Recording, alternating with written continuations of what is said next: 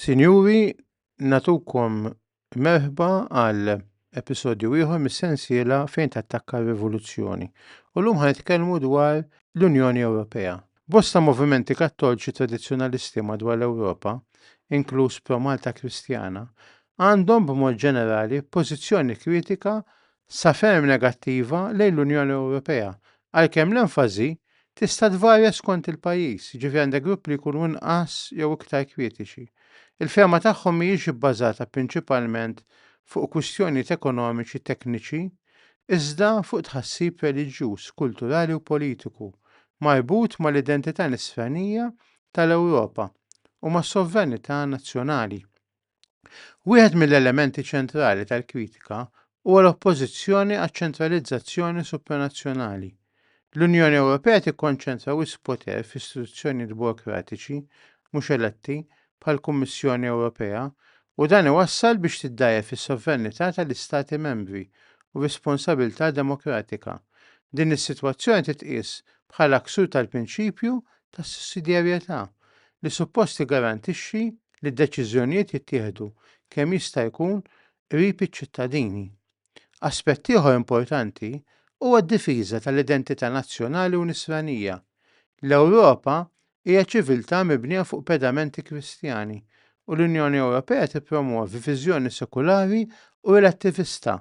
Dan jidher b'mod speċjali foqsma bħall-abort u bioetika, l-ideoloġija tal-ġeneru, id-drittijiet tal-LGBTQ, ir-redefinizzjoni taż-żwieġ u tal-familja, kif ukoll politika ta' newtralità reliġjuża li twassal għal marginalizzazzjoni tal-Kristjaneżmu fil-ħajja pubblika.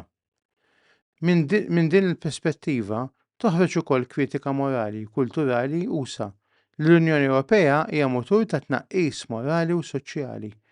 Ħafna inizjattivi politiċi soċjali progressivi promossi fuq livell Ewropew jikkonfliġġu mat-tagħlim Kattoliku u tal-liġi naturali u mal-istrutturi tradizzjonali tal-familja li huma meqjusa bħala pedament tas-soċjetà. Hemm ukoll oġġezzjonijiet u xettiċiżmu qawwi lejn il-politika tal-immigrazzjoni mmexxija mill-Unjoni Ewropea. Din iddajjef il-koeżjoni nazzjonali, tinjora l-kompatibilità kulturali u reliġjuża u jiġu imposti mingħajr kunsens ċar tal-popolazzjoni tal-istati membri dawn il-tibdiliet. Fil-qasam ekonomiku, għalkemm dan mhuwiex l-argument ewlieni tagħna, hemm ukoll regolamentarizzazzjoni eċċessiva u kontroll teknokratiku fuq l-ekonomija nazzjonali, kif ukoll dak li għandu jitqies bħala djufija fid-drittijiet tal-proprjetà u fl-istituzzjonijiet intermedjarji. Fil-Polonja, networks kattoliċi bħall-Istitut Legali Ordo Iuris huma attivi ħafna fil-kritika tal-politika tal-Unjoni Ewropea relatata mal-familja, il-ġeneru u l-moralità. Iżda ġeneralment ma jappoġġjawx il-ħruġ mill-Unjoni Ewropea, minflok jippreferu jibqgħu fih dan l-Unjoni u jopponi dawk l-aġendi li jqisu bħala ideoloġiċi filwaqt li jiddefendu s-sovranità u tradizzjonijiet nazzjonali.